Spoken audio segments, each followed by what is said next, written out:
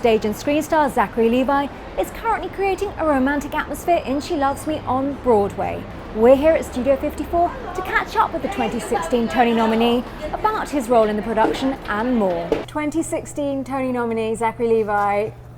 How are you feeling about the whole thing? It's so weird. I feel amazing. It feels great. I'm surrounded by such incredible cumulative experience and talent from our leadership and Scott Ellis, Warren Carlyle, Paul Gimignani, to Laura Benanti, Jane Krakowski, Gavin Creel, Michael McGraw, Byron Jennings, Peter Bartlett, Nick Barish. Nick Barish is 8. He just turned 18, and he's got one more Broadway show than I have. So the show's got 8 Tony nominations, including Best Revival, the most of any revival. Yeah.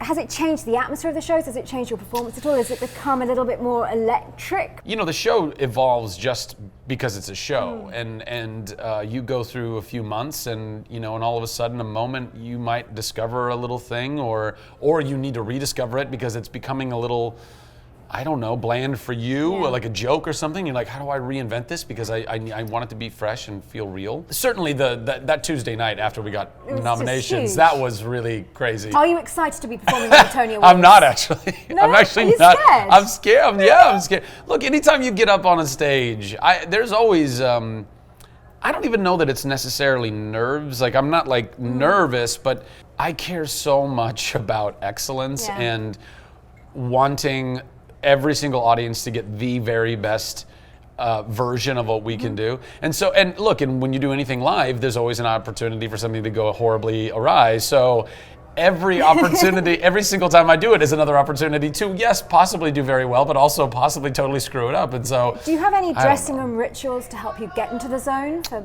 8 shows a week? No, I just do. I'll do my warm up. I'll suck on a pastille. Say a prayer, and then play some music and just try and loosen myself up and be like, all right, let's go have fun. So what's on the soundtrack? Well, sometimes before She Loves Me. Sometimes I listen to just pop music because it puts me in a good mood, like some Swift? good. A little Taylor Swift sometimes. You never know. Some Bruno Mars, some new Justin Timberlake.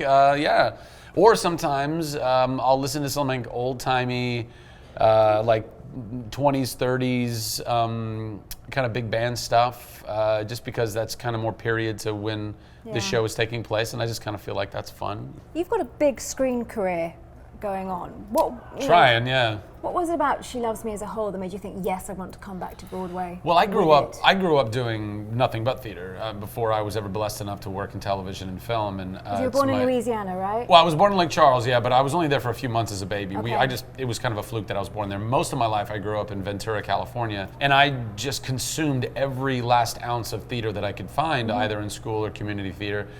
And was there a teacher that turned you on to theater? Was there a specific moment? Not that turned me on to theater, no. I found theater just kind of by myself. I was always a super spazzy ADD kid who needed an outlet. And I loved doing voices, and I loved entertaining people. I was a middle boy between 2 girls, so that was probably inevitable, like, look at me. But then in that, I found that I really loved making people laugh and making people smile. It was one of the greatest, coolest powers and gifts that you can have and that you can give. And other parents and directors of community theater that I would do that believed in me and just always said, you've got this. You understand this. Don't stop doing this. You also, you talk about this. You are the consummate entertainer. I think I want to talk to you about the stage doors, because you have a unique attitude to what goes on at stage door, because a lot of actors, it's 8 shows a week, it's incredibly tiring. It is. Will leave very quickly from the stage door. Yeah. You, however, are renowned for holding like stage door parties. Talk me through this. Or is it just urban legend? No, it's not. It's not urban legend. Broadway legend. It's not urban legend. I was doing First Date, which was my first Broadway show, a couple years ago with the lovely Krista Rodriguez, whose pilot just got picked up for NBC. I wrote the story today. So proud of you, boo. I think after the first week of doing stage door on First Date, I realized, we're out here for like 30 minutes. I've got this Bluetooth speaker. Why don't I just bring some tunes out? Because I love dance parties. It's like kind of one of my biggest things. Hey, you're at Studio 54 now. It's and even more so, exactly. Yeah. But I do live by the philosophy, if life ever offers you the opportunity to have a dance party, then you should have a dance party. So I would bring out the speaker box, and we'd all just have a great time, and I'd have my playlist. And so then this show, I started with my one speaker box. What's on the playlist?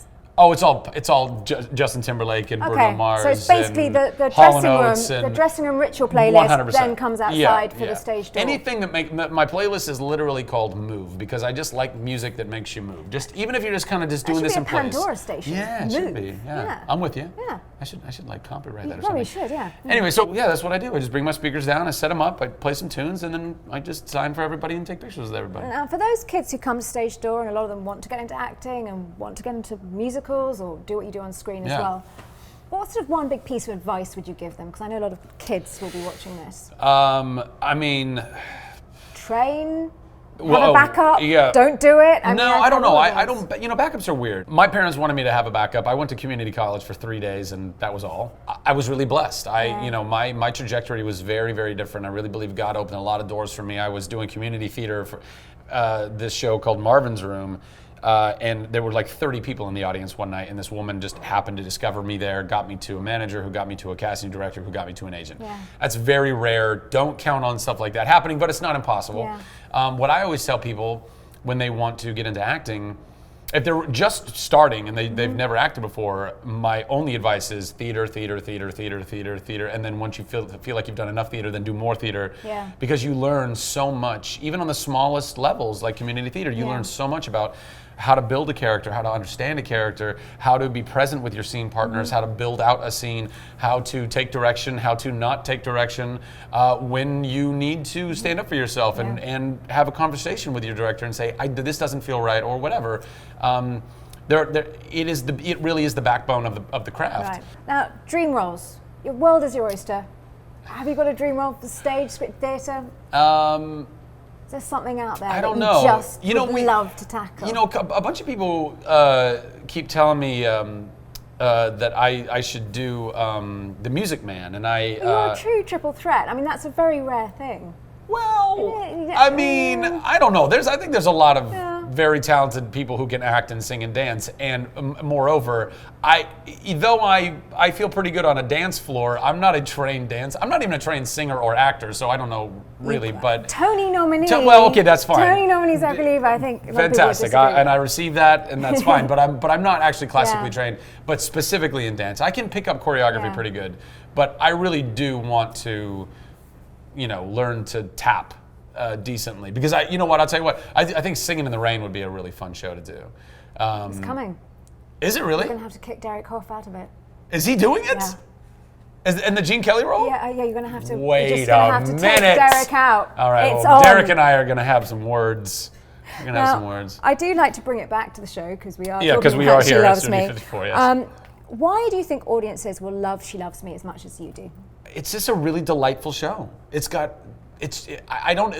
really the operative words that everyone uses, and I think that they're most spot on. It's delightful, it's charming, it's feel good, and hearing Laura Benanti sing in the rafters, you don't get that all the time. Yeah. And it's also very funny. It's a very funny show. That was one of the things I was interested to see how the comedy would play, because it was written in the 60s.